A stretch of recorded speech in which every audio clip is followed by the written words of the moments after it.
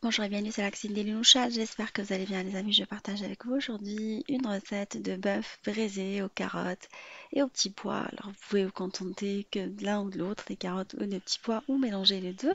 Un plat que je prépare lorsque j'ai peu de temps à consacrer à la cuisine. La préparation est rapide et la cuisson se fait à la cocotte sous pression idéalement pour avoir une viande bien fondante et agréable en bouche. Découvrons la recette ensemble.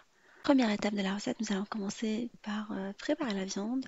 Alors, des conseils pour le choix des viandes à utiliser. Choisissez des morceaux de bœuf maigre type gîte ou la noix, les ronds de gîte. Des morceaux gélatineux comme le paleron, la macreuse se marient très très bien avec ce type de recette. Ou pour les personnes qui aiment bien manger gras, ils peuvent opter pour le tendron, le plat des côtes, la poitrine ou la veine grasse. Voilà, vous pouvez choisir plusieurs morceaux. Alors je vais commencer par découper la viande et enlever le gras qui est autour. On va la parer et la couper en morceaux. Je vais couper l'oignon en petits morceaux également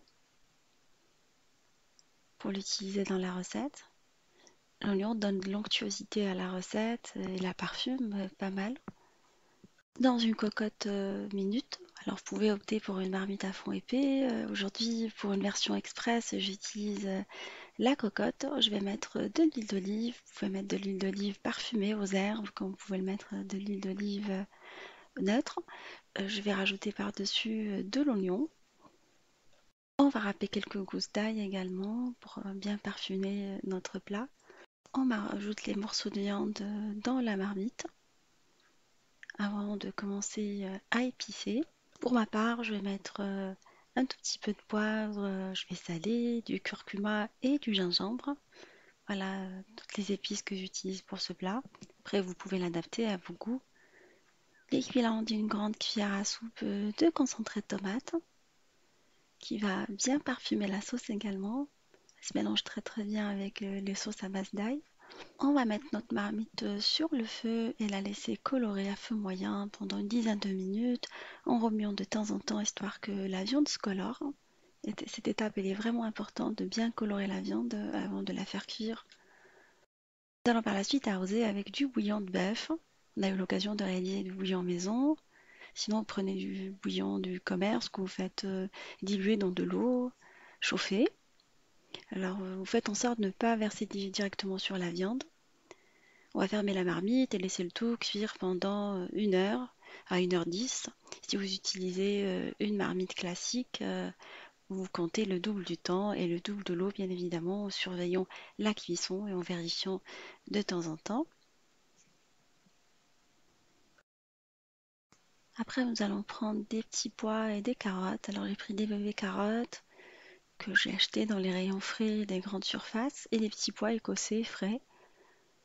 Voilà, je suis flemmarde en ce moment, du coup, je les ai pris déjà sous vide, épluchés. Vous pouvez les prendre frais ou congelés.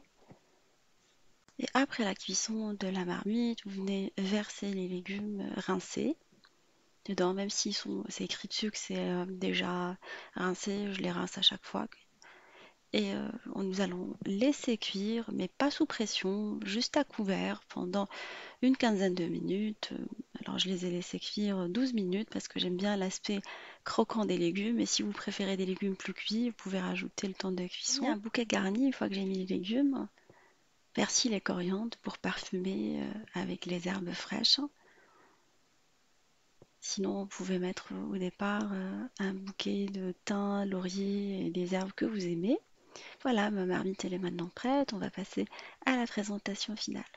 On va servir la viande et les légumes autour, napper de la sauce onctueuse.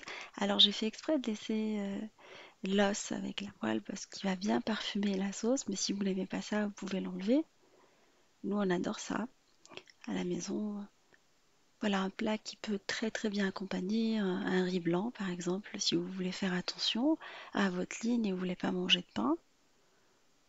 C'est ce que j'ai fait, je l'ai mangé avec du riz. Mon homme il aime bien manger avec du pain. Voilà, une recette hivernale par excellence, réconfortante. J'espère qu'elle vous fera plaisir et fera plaisir à vos familles. Je vous fais des gros bisous d'amour. Merci pour vos messages. Et on se dit comme d'habitude, on se retrouve sur la cuisine des Noulouchas avec des nouvelles recettes, un voyage culinaire et à bientôt.